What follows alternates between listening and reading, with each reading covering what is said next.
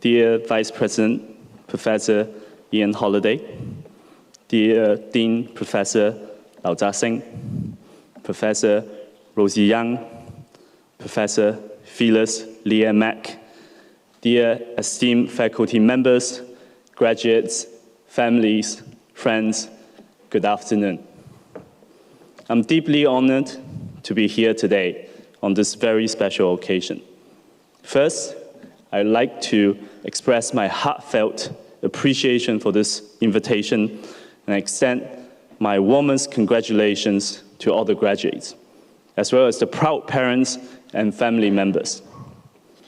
As graduates from this world-class institute, I have no doubt that many of you will go on to become very successful doctors, nurses, pharmacists, researchers, playing vital roles in building and advancing our healthcare system. Today, I'd like to start by sharing my personal journey. I grew up in China and studied economics in university in the UK. After my undergraduate study, I started my career in investment banking. As a young investment banker, my biggest client at the time was Blackstone, one of the world's leading investment groups. After being tortured on many sleepless nights by Blackstone, assisting on their corporate acquisitions, I joined the firm and spent 11 years working from London to the US and then helped build Blackstone's investment platform in Hong Kong, Beijing, and Shanghai. While I had a mildly successful investment career, I felt something was missing. I had an increasingly strong urge to roll up my sleeves and build something that I felt could make a bigger impact. So in 2016, exactly 2 weeks after I was promoted managing director at Blackstone, I handed in my resignation. Some of my colleagues and friends were shocked.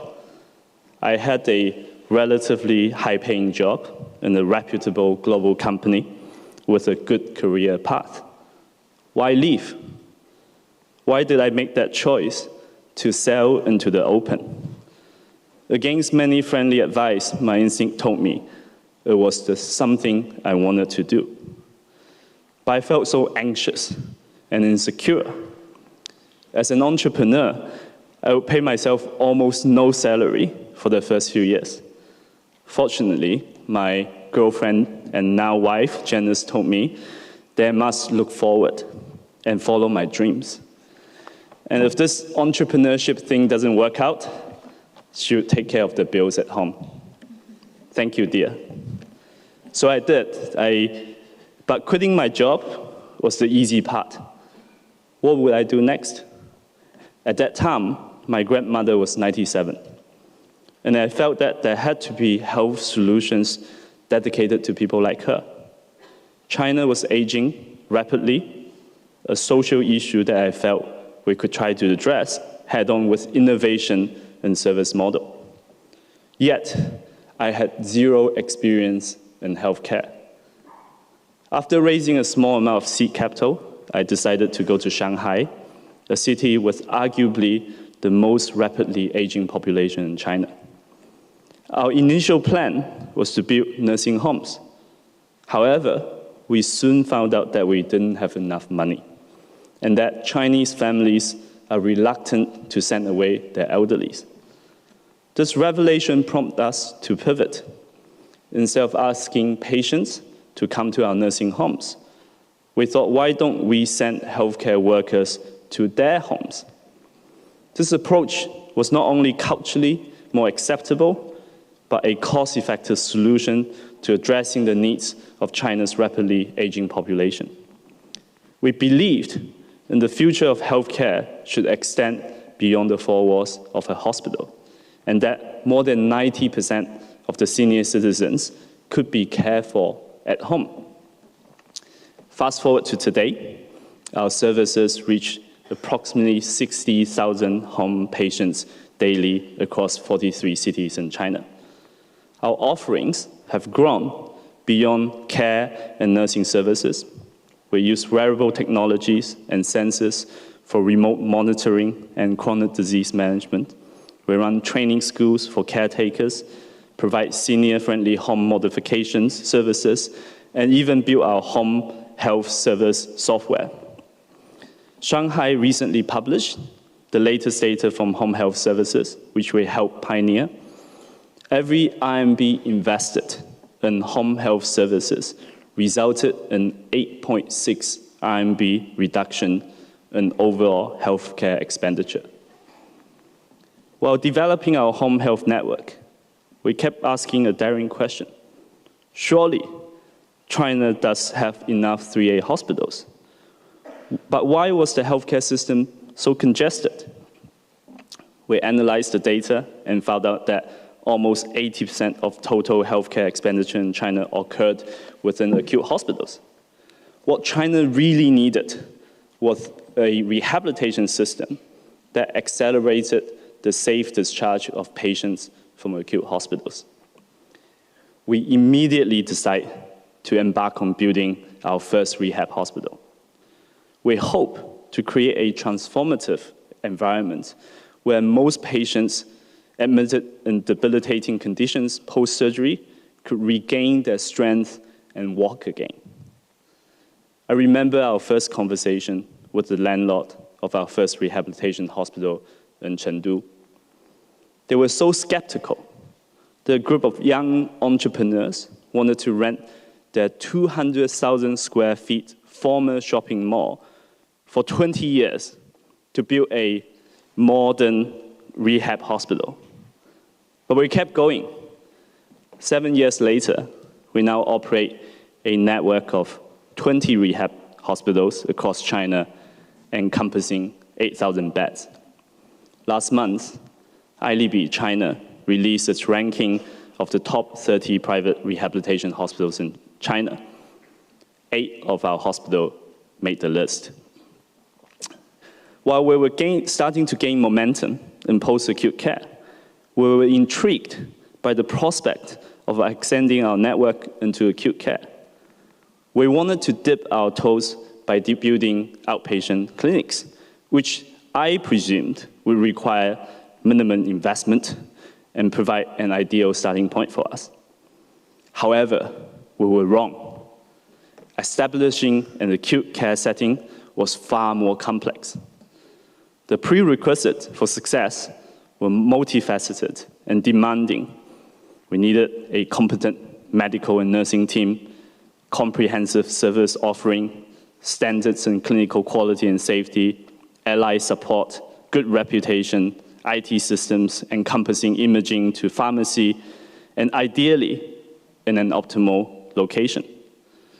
Unfortunately, our first attempts were unsuccessful, and we had to write off our entire investment. Despite this setback, I convinced our board to give it another try. So in 2019, we decided to participate in an auction to purchase the land and building of a half-built hospital in downtown Shenzhen. We opted for Shenzhen because there was almost no private healthcare in the city at that time.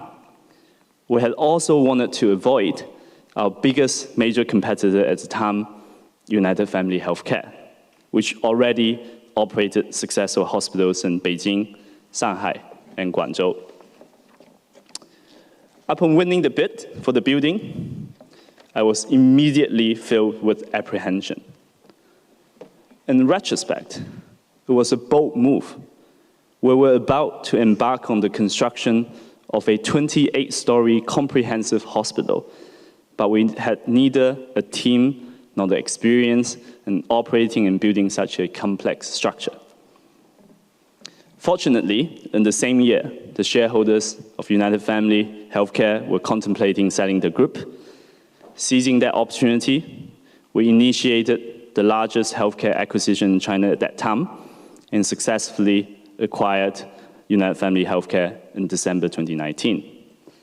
We integrated our capabilities and further expanded the UFH system from 6 to 11 hospitals, and have also recently extended our reach to Hong Kong with HKUMed. The Shenzhen Hospital also successfully opened last year. 2 years ago, we realized that to be a truly effective provider, we also needed to build a delivery system linking service provision to health payment. Therefore, we decided to launch our health insurance solutions company, which has become one of the fastest growing insurance platforms in China and now caters for about 200,000 members across the country. Many of our members benefit from our innovative primary care physician and 24/7 primary care manager program, leading to improved patient experience, health outcome, and reduced cost.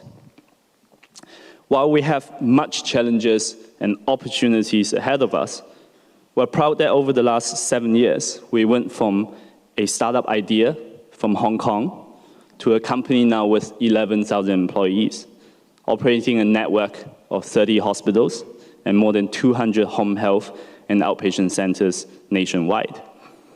We offer a wide spectrum of services, from corporate, individual health insurance plans, primary and virtual care, to general and specialty hospitals, rehab, and home health.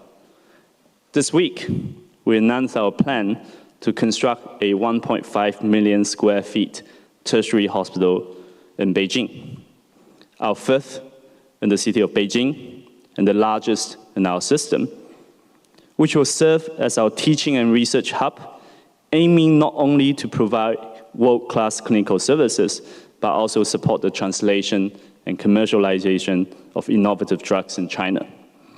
This year, we're on track to service more than 10 million patient episodes in China. Now, let me share with you 3 things that I've learned throughout my journey. First, be humble.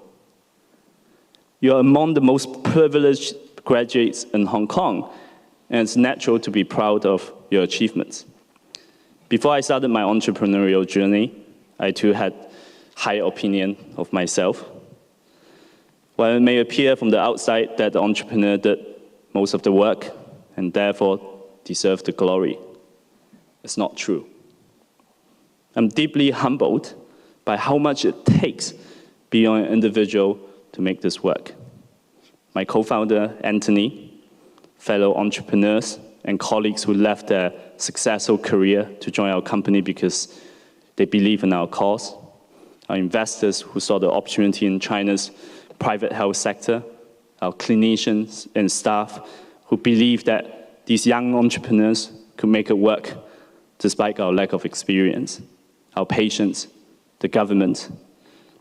And many of the esteemed professors here have so generously shared their time and energy to help New Frontier along the journey, because perhaps they also believe that we might be doing something special. While we were able to seize the right opportunity, we were also just in the right place in the right time. I wish that you remain humble and understand the success in healthcare isn't just about individual accomplishment. It's about working collaboratively and advancing together. It's not just about you. Second, get out of your comfort zone. I had no healthcare experience, but we kept pushing ourselves to venture into the unknown. I always find that when I'm put in a situation that feels uncomfortable or daunting, whether it's quitting Blackstone, building our home health platform, acquiring and taking over management of our largest competitor, United Family Healthcare, moving to China during COVID, I'm almost always awarded with the greatest opportunities for learning and growth. Sometimes, living life on the edge, career-wise, not medically, can lead to unimaginable accomplishment and incredible satisfaction. Third, keep dreaming big, but learn to trust your instinct. When we founded New Frontier, we had no idea what we were set out to do. Healthcare was not something we were focused on. We didn't have a strategy to build what we have today, nor did the vision exist from day one.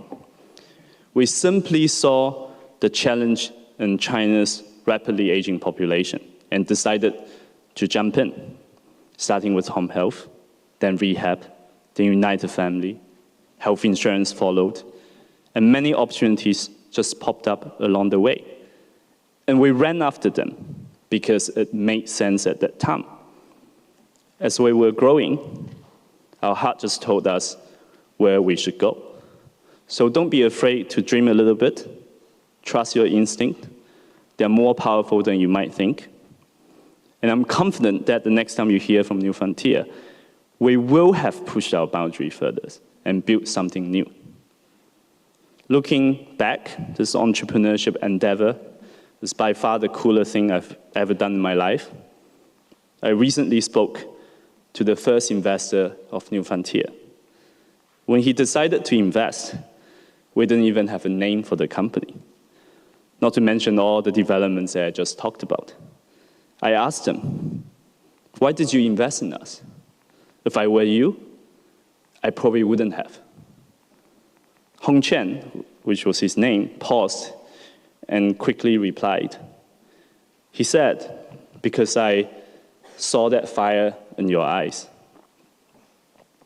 And because of that fire he saw, he believed in us before I believed in ourselves.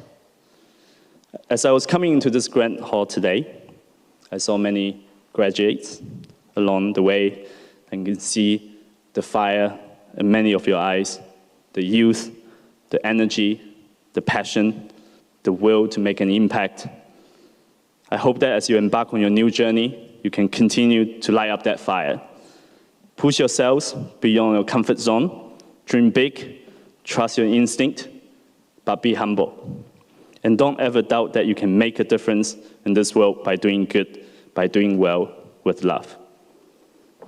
Congratulations once again to all the graduates, and thank you so very much for having me today.